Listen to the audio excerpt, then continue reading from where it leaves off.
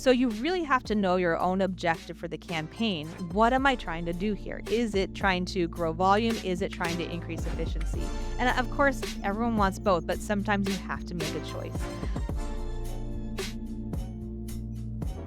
Hello and welcome to the Paid Media Lab podcast. My name is James. I'm the content lead here at Lineo, and in this episode, I'm joined by Amy Hebdon, founder and managing director of Paid Search Magic, a Google partner agency helping brands drive more revenue through smarter campaign optimizations. Amy is a true industry veteran, managing campaigns since 2004 for clients ranging from Fortune 500 giants to fast-growing SMBs.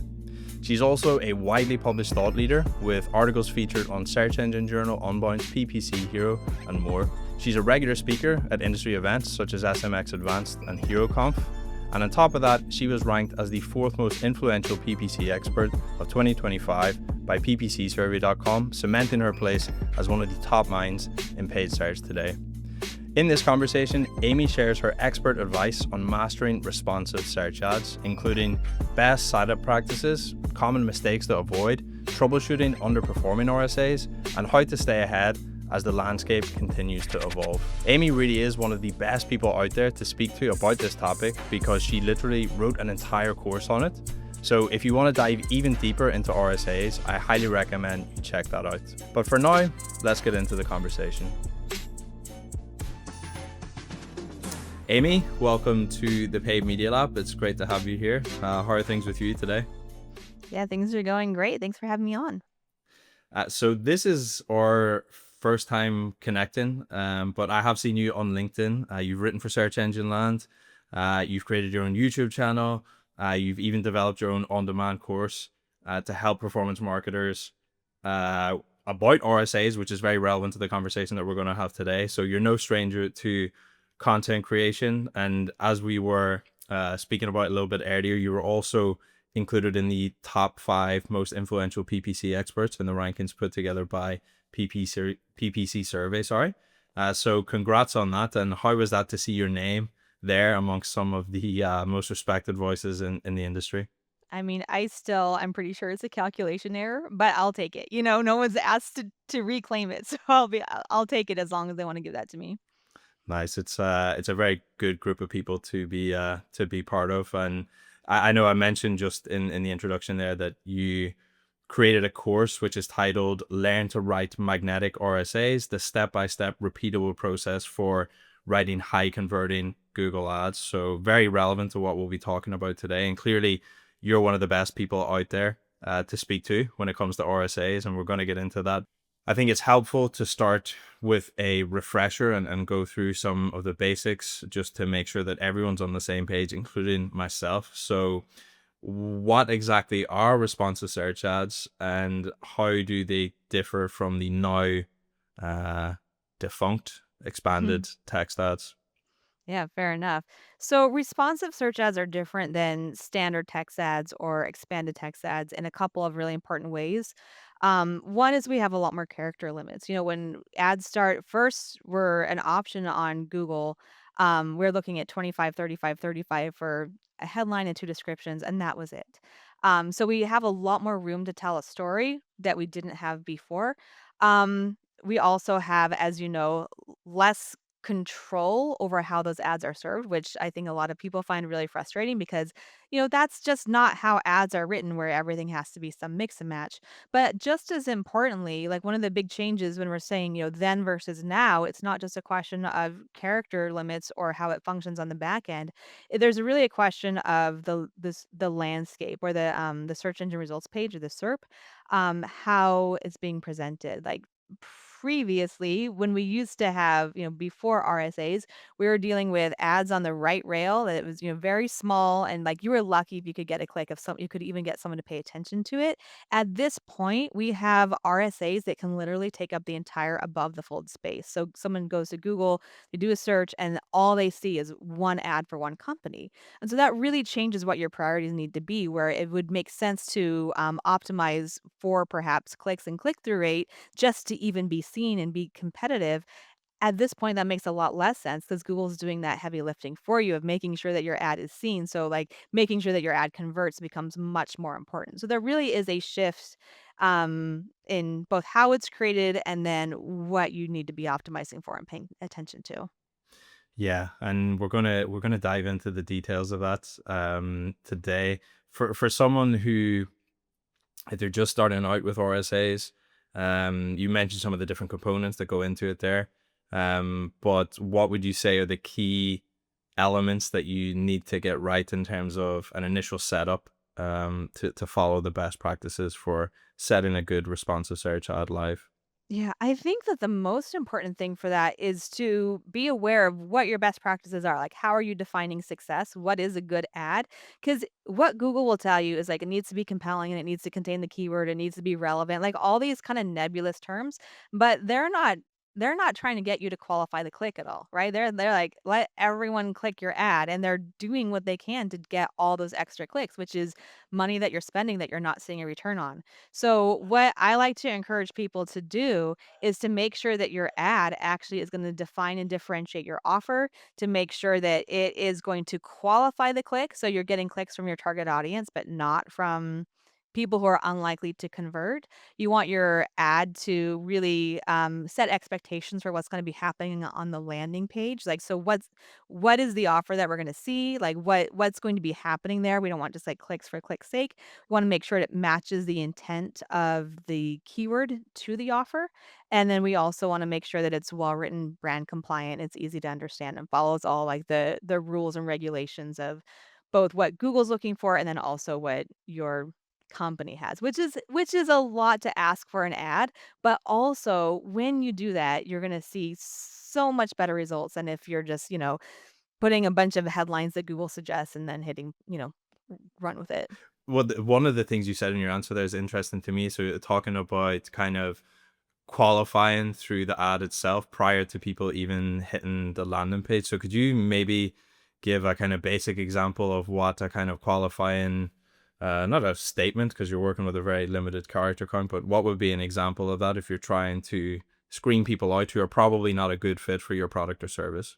Yeah, I mean, there are so many examples. It just depends on, what you're trying to exclude. So I basically call this you have your target audience and then you also have your anti-audience, right? So your target audience is who you want to click, your anti-audience is who you do not want to click. So what are you going to say to the people who are unlikely to convert so they don't click in the first place? So for instance, if you have a bakery and you're only gluten-free, you don't want to just say like delicious bakery, you want to say gluten-free bakery so that attracts your gluten-free people and everyone else is like, "No, thanks. I like my carbs," And so it's going to be clear that way. And I mean, it sounds so simple with like a simple example, but a lot of times people don't convert because this thing is too expensive, right? It's more premium. So you True. wanna make sure that the ad communicates premium or whatever the thing is, that this is high end or starts at 800,000 or whatever the reason is that someone, that the sales team says people are not qualified or that you're finding that people get to the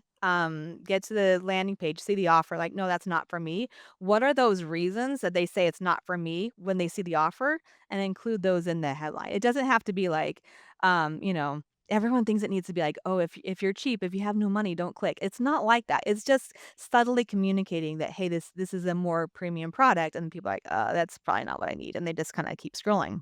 Yeah, yeah, no, I'm sure there's a lot of ways that you can get creative there, and like you said, probably doesn't need to be hit people over the head with, no, this Mhm. is very expensive, but yeah, something to keep in mind. And one of the other things to talk about there in relation to what Google's recommendations might be in terms of how you can improve your ads. So they have this ad strength metric, and that is relevant to RSAs, and there are some different opinions out there. I know Fred from Optimizer. I was just researching this topic, and he has like a full long form blog post about why even RSAs with what Google considers to be per ad strength can actually end up performing quite well on some of the key metrics that you're interested in, such as conversion rate and CPA. So, on that topic of ad strength, like what's your take on it, and how important is it for RSA performance, and how much attention should advertisers be paying to that they can see in the interface? Yeah, it's a great question. This is something that confuses a lot of experienced marketers. Like they'll be saying, like, because there are so many different ways to measure things, people confuse ad strength with ad rank. They sound similar. They are not the same thing. Ad rank is very important. It determines, how much you're paying and where your ad shows. Quality score is also an important metric. That's it's more of a diagnostic, but it helps you see like how relevant your ad is. What ad strength measures is basically how far and wide Google can run your ad. So how much breadth is there? How many different potential combinations are there in your ads you can run to all these different impressions and queries? That's not necessarily a good thing. So, as soon as you start to pin, you're gonna see your ad strength drop. And so if you're only looking at ad strength, you're gonna say, "Well, I shouldn't pin because then I get docked." This does not factor into how you perform. It's not a multiplier or anything that enters into the auctions. It's just Google telling you, "Can we run this everywhere we want, or are we gonna be limited?" So, it is very possible that if you have a poor ad strength and you can't run as much, you will see fewer impressions. Is that likely to affect how many conversions you get? Probably not, because those are impressions that you probably don't want to get in the first place. Because again, we're trying to qualify the click, not just win all the clicks and spend all the money, right? We're trying to qualify it. So it really does make sense to prioritize what ad do I want to run to my target market and not what ad is going to have the highest ad strength, and then let Google just mix and match an ad that's going to get the most clicks that may not drive more sales. Yeah, that's a really good point. Like I didn't really understand that's a determinant of Google saying how far and wide can we show this ad and how many impressions can we drive from this ad. Like Mhm. it's very interesting when you think about it like that. And yeah, you can see why, yes, it's great for Google to have all those ads at maximum ad strength. It's not necessarily great for the advertiser who's interested in sales and revenue ultimately. Exactly, and it's a smart nudge on their part, right? Like, if you want to, like, get people to take a certain action, just say, "Hey, why don't you want that excellent score? Here's how you get it," but it's not in the best interest of advertisers.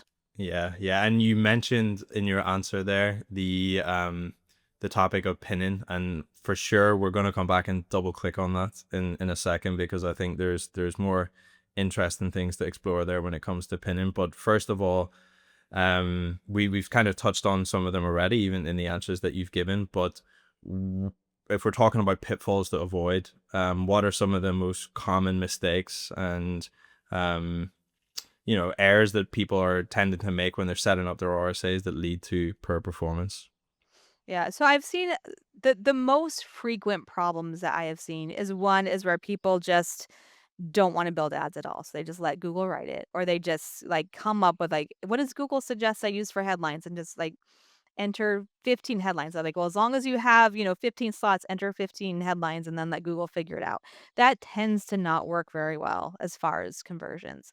The other thing that I've seen people do, and I totally understand where this is coming from, but there's such an emphasis on, like, competitive research, and you wanna figure out, like, what your competitors are doing, and they must know something, and so then you go scrape their data and then get their ads and then write basically versions of their ads.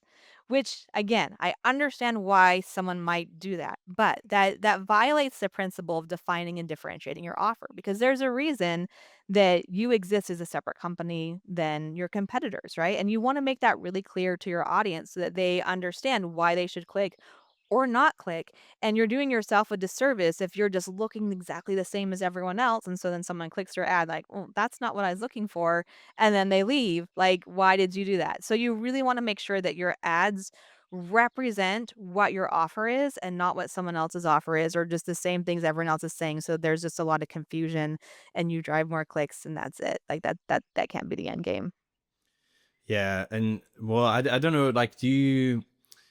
We've spoken about this with a few people on the podcast so far, but your thoughts on using ChatGPT for ad copy, and is there a risk where if you lean very heavily on ChatGPT that you end up in this situation where it's just kind of mediocre copy that looks the same as everyone else's, or is that just down to you not prompting the system well enough and not feeding it good enough information to Well, begin with?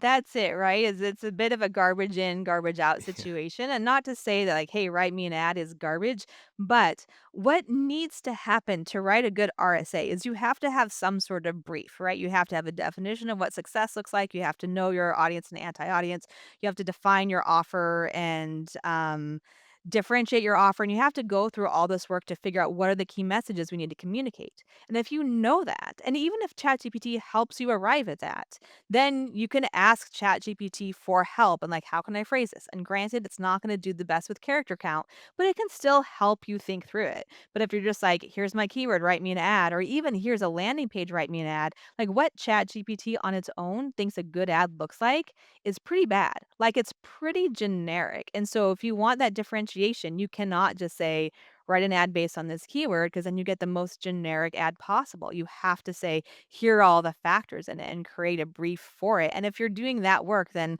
honestly, you can probably write something just as easily as ChatGPT can. So it's not like one versus the other. It's just, you're just using it as a tool. And I think that's fine. Yeah, yeah. Sometimes in my own work in content, sometimes I find my prompts and my instructions to ChatGPT becoming so kind of complex and convoluted that I'm like, ah, I would have been just to just do this the old school way Right. and I have and a write. brain too. I can do Yeah. this.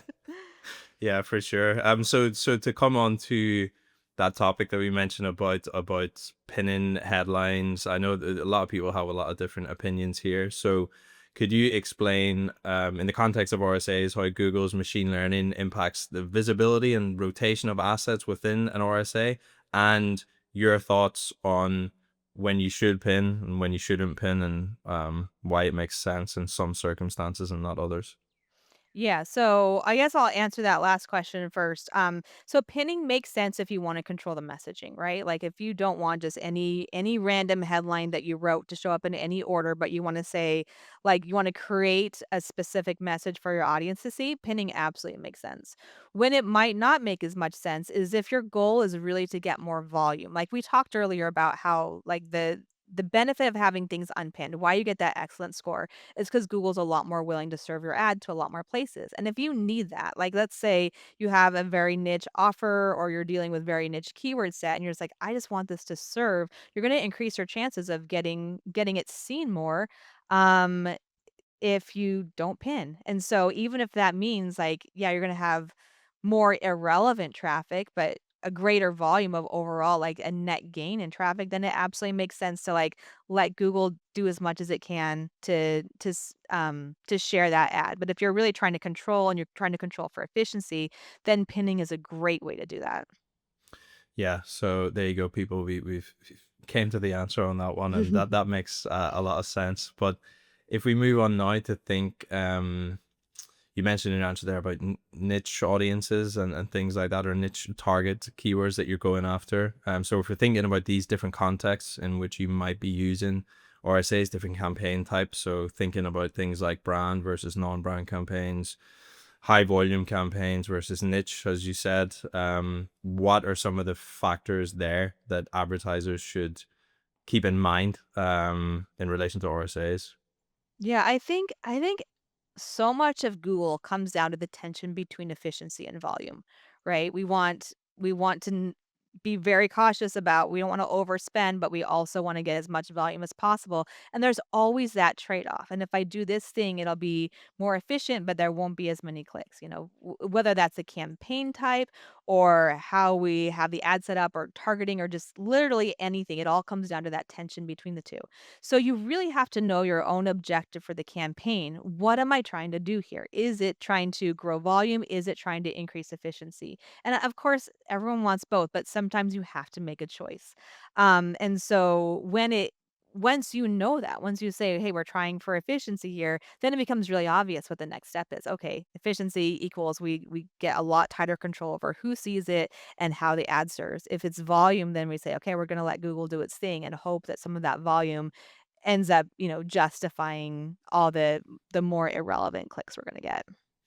Yeah, and when you're thinking about ways to drive that efficiency and really narrow down the people that this ad's going to be served to, um, Obviously, I'm not a hands-on marketer myself, but the thing that immediately jumps to mind is kind of negative keywords and making sure that those are being applied. But I don't even know if that's relevant in this context. But what would you say are the main ways that you're going to try and narrow down and niche into a tighter audience to serve your ad to? Well, negative keywords are important, but let's be clear. Negatives work a certain way that broad match, like if we were going to say positive keywords, like the keyword targeting you're doing doesn't work. And so negative is going to be very narrow in terms of what gets excluded. And we have some campaigns where we're seeing 90% of, like, if we're looking at search term data, 90% of the search terms are lumped into other search terms. And so if you can't see what people are actually clicking on, like the true term that they're clicking on, you can't negative that, right? And so it does become a lot more challenging of it becomes like a game of whack-a-mole that's even harder now when you don't have anything to whack. Yeah. So, other ways to narrow down who sees your ad. I mean, one is to just go for, if everything's pinned and everything is very specific, if you have a very specific keyword list, I mean, you could use audiences, audience segments within your, you know, who you're targeting. You can use location targeting. You could use different ways to try to make sure that it's only being seen by the right audience or being clicked by the right audience. But I have found that using a well constructed RSA can be a just a game changer in terms of, like, we just go in, we write the correct ad, we pin it, and we're just seeing a huge, huge difference in conversion rate because we're only getting the right audience into there. It's not just some mess of words. It's like actually telling a story, and people respond to that appropriately. Yeah, and we found what people are responding to the most, and yeah, by like pinning, as you said, that's a way Yeah. to make sure that that's really cutting through. So we have been speaking about this, but let's just bring in like a situational, um, uh, hypothetical situation here. So let's say I'm running RSAs and they're not meeting the expectations that I had when I set out, and I'm frustrated with the amount that I'm spending and wanting to see better results, but I'm not quite sure what it is that's not working here. So, what would be your typical process for diagnosing where the issue is and trying to troubleshoot to uplift performance? Yeah, it's a great question. And we start with getting really clear on what not working looks like, right? Is it that we're seeing a bad conversion rate? Is it that we're seeing a great conversion rate, but then the sales team is saying, hey, the leads aren't, progressing on to SQLs, or we're not closing them or whatever? Like, where is the problem? That becomes the first thing. Because if the problem, like, let's say we're hearing back from sales that people aren't qualified somehow, that they're not prepared for the expense of it, or they're missing some essential qualification, that becomes really easy to include that back in the ad. So that's a really easy fix. Like, "Oh, well, you need to be at least 21 and everyone who's responding is 17." Okay, we make the ad saying, "Hey, if you're 25 and up, here's this offer," right? And so that's an easy solve.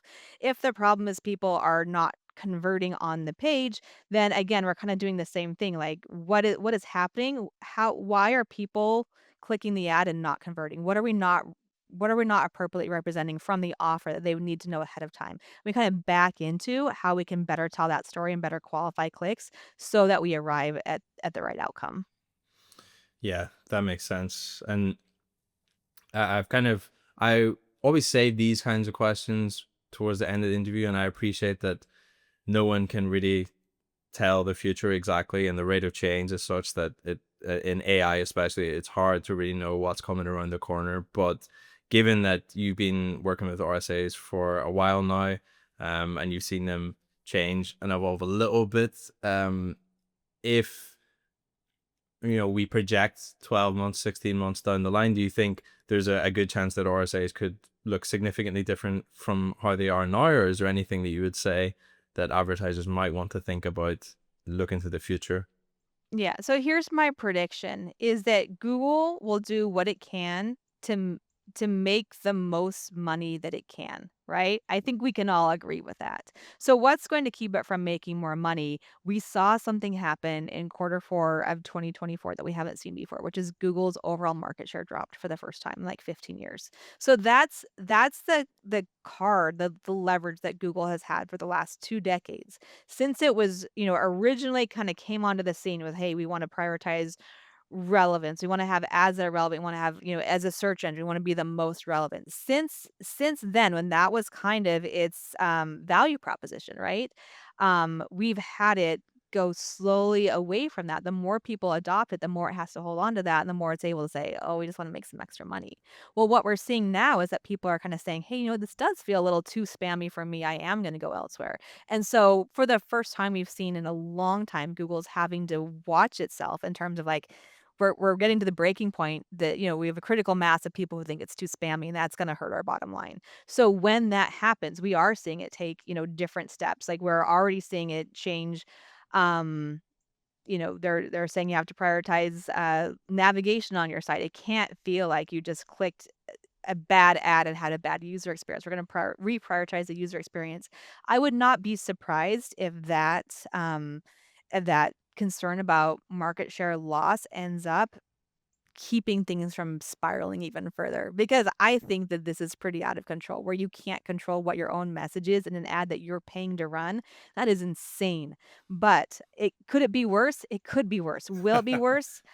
I hope not. I hope that the threat of losing market share is enough to kinda keep Google, at least keep it at bay for a while some other things sort themselves out. One other thing that I'm paying attention to at the minute, because I'm trying to, it's not strictly related to RSAs, but I'd be really interested to hear your perspective on it, because it is related to Google's business model, is how AI overviews are, impacting. I know in the organic side, for sure, there seems to be a lot of publishers who are seeing click-through rates get hammered by AI overviews. I know Google came out and said, "Oh, but the clicks that you are getting are higher quality clicks now," and I'm just trying to square this in my own head because I just don't know how Google are planning to monetize this and make it fit within their existing business model. But what's your kind of take on the whole AI overview feature within search and how that's going to affect, I guess, primarily the paid side? Yeah, I mean, if history proves me wrong, I'll be naive on this take. But my take is I don't see a reason to worry for the paid side, because Google is a click monster. Paid clicks is Google's entire revenue model. Why is it going to cannibalize that? Why is it going to, like, why would it ever not run an ad at the expense of giving an AI overview? That just seems ridiculous to me. I don't see that happening. In terms of it, it giving you an AI overview, I also just don't see that being a risk of, like, not having your ad get clicked, because if what you offer is contained in an AI overview, you don't have an offer. You know what I mean? Like, people are gonna click your ad for a different reason than they would be satisfied with an AI overview. So if nothing else, I think I see that as a slight gain for an advertiser, that they're less likely to get clicks from people who are just looking for some basic info as opposed to products and services. Yeah, very interesting. I know, like Perplexity, as far as I know, they're the LLM that is closest to bringing some kind of advertising facing interface where you can run ads through Perplexity, That that's and that's my understanding as well, yeah. I think, like, from what I understand, it seems like they're trying to go down the route of you will pay to have your reference link included in the kind of AI overview that's generated, and then there'll be the kind of lists of related questions beneath the overview. And I think there's some way that they're going to monetize placements within those related questions. But do you see that as something that Google might follow suit on, where there's kind of paid clicks within the AI overview? I mean, that's definitely a possibility. The thing is, whatever is using that, you're gonna have to disclose that it's paid. And so, okay, that's another way to drive paid clicks, I guess. Like, I don't see it as a problem yet. But I mean, of course, things are going to morph and evolve as people become more reliant on AI for answering questions. I Yeah, just yeah. But even even just like the normal, the normal paid search ads, like over time, seeing the evolution of how they became closer and closer to the organic listings over time, and it became Right. less and less obvious with each passing Right. year what was an organic result and what was a paid result. You know, it'd be interesting to see how it evolves in the kind of new landscape that we're moving into. But gonna have to leave it there for time, but I want to say thank you so much, Amy, for joining me today. It was really interesting to get your takes on RSAs, and I know a lot of people out there will find this one useful. And I just really enjoyed chatting with you about, you know, the potential future directions that the paid search could be heading in. But before we wrap up, is there anything else that you'd like to mention or let people know about?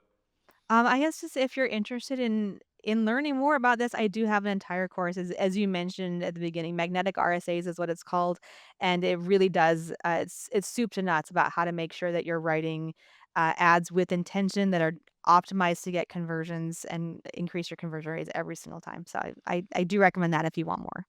Yes, if you want to do a deep dive, definitely go check out the course. And yeah, your efficiency improvements will definitely be coming through off the back of that. So thank you again, Amy. It's been a pleasure.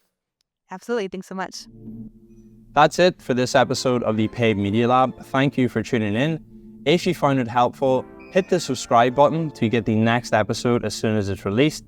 Subscribing costs nothing. It only takes a few seconds to do, but it makes a huge difference to us because it enables us to continue booking the best possible guests and delivering you great content. In the meantime, if you're looking for more free guides, tips, and tools, head to lunio.ai and click on the resources tab in the nav bar. And lastly, if you know any other marketers who'd find these strategies helpful, please do tell them about the show, and I'll see you in the next episode.